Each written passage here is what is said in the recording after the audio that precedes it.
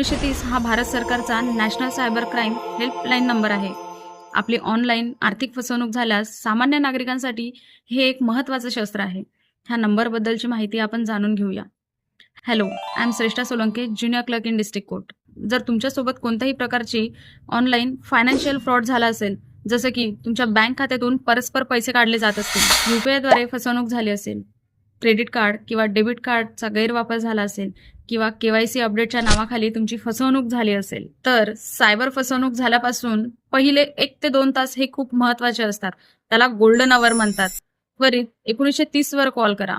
Call केल्यानंतर तुमची तक्रार नॅशनल सायबर क्राईम रिपोर्टिंगवर नोंदवली जाते आणि त्या रिअल टाईममध्ये ही यंत्रणा तुमच्या बँकेशी कनेक्टेड असते.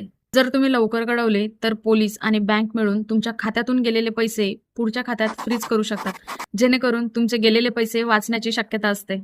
लक्षात ठेवा, कोणतीही बँक किंवा सरकारी अधिकारी तुमचा OTP, पिन किंवा तुमचा पासवर्ड कधीही मागत नाही.